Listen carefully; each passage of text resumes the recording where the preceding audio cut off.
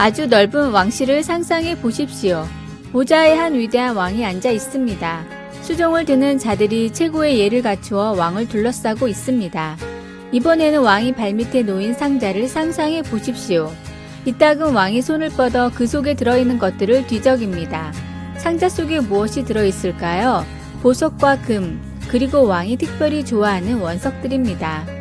상자 속에는 왕이 귀히 여기는 것들, 곧 그에게 큰 기쁨을 가져다 주는 것들을 모아 놓았습니다.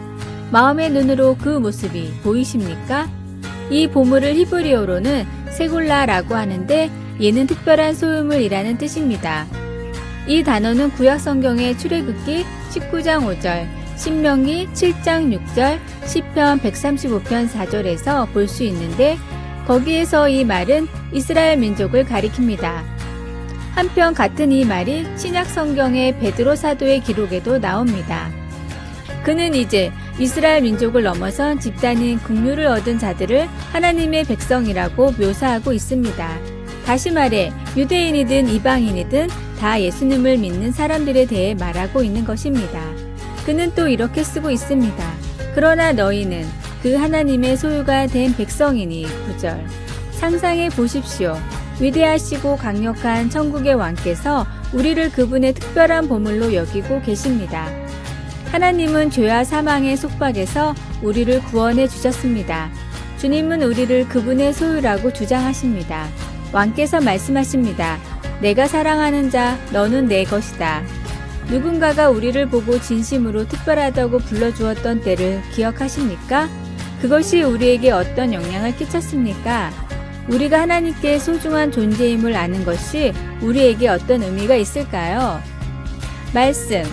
그러나 너희는 택하신 족속이요 왕 같은 제사장들이요 거룩한 나라요 그의 소유가 된 백성이니 이는 너희를 어두운 데서 불러내어 그의 기이한 빛에 들어가게 하시니에 아름다운 덕을 선포하게 하려 하심이라. 베드로전서 2장 9절. 찬송 390장 예수가 거느리시니. 기도. 하나님은 저를 왕의 특별한 보물이라고 불러주십니다. 그렇게 된 것은 제가 무엇을 해서가 아니라 하나님께서 모든 것이기 때문임을 압니다. 아멘. 아래의 빨간색 구독 글자를 누르시어 더 많은 전도의 열매를 맺으시길 기도합니다.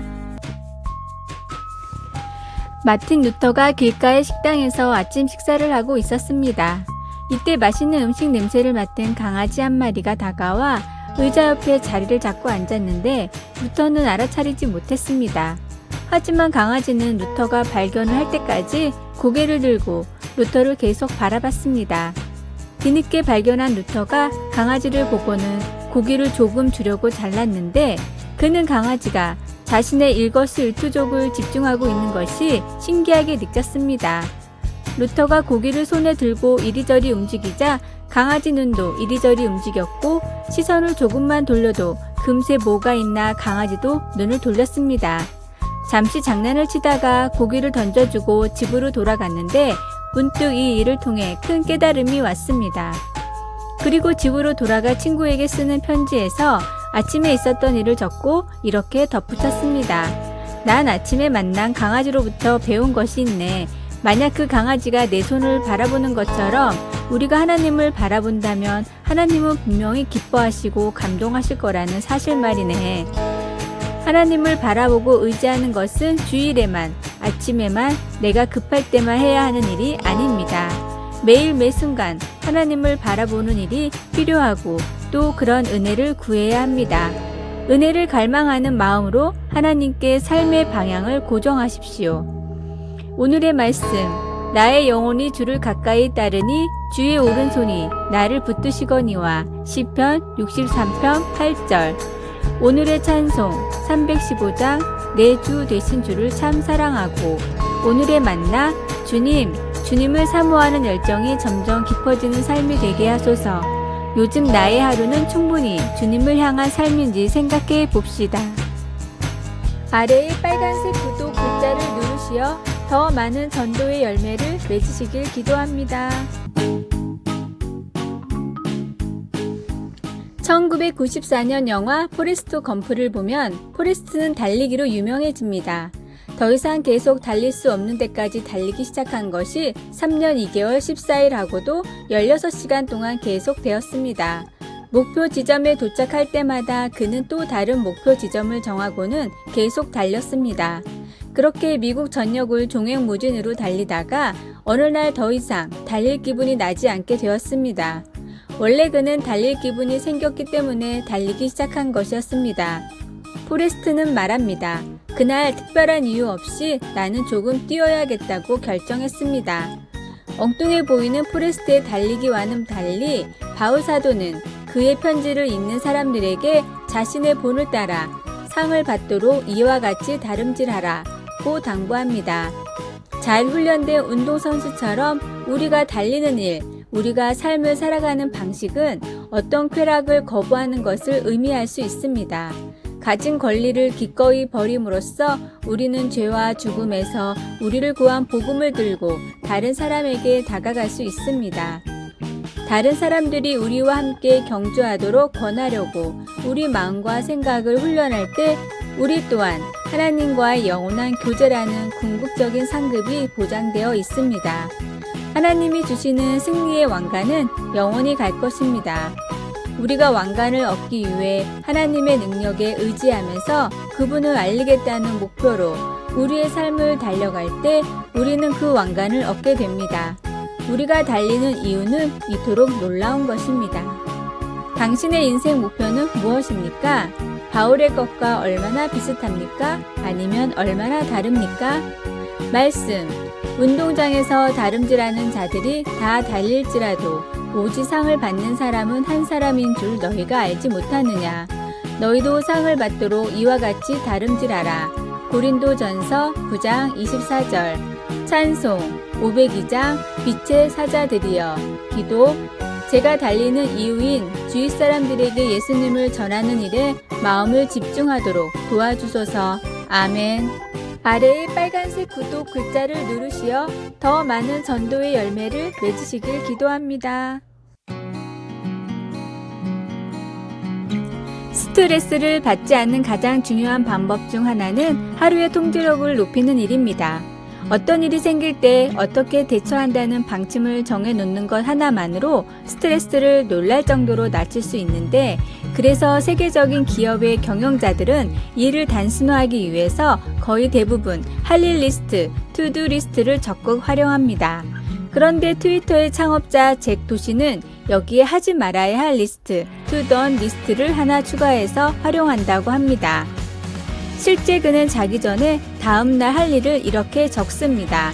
할 일 리스트 1. 7시간 숙면 2. 30분간 명상 3.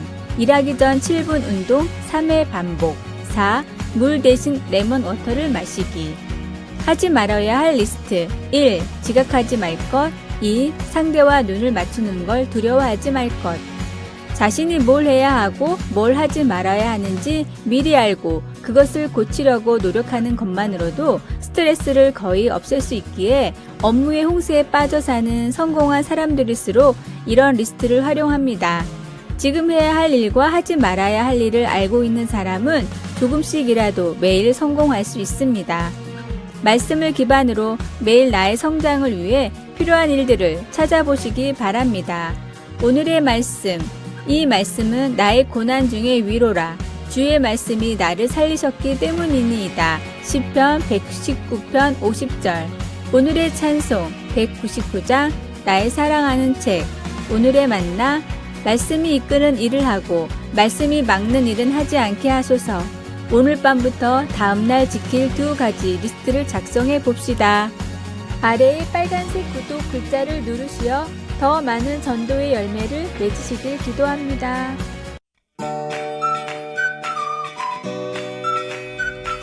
예술가 더그 머키의 출중한 조각품 불굴의 믿음은 호두나무로 만든 십자가에 필사적으로 매달려 있는 청동 인간상입니다.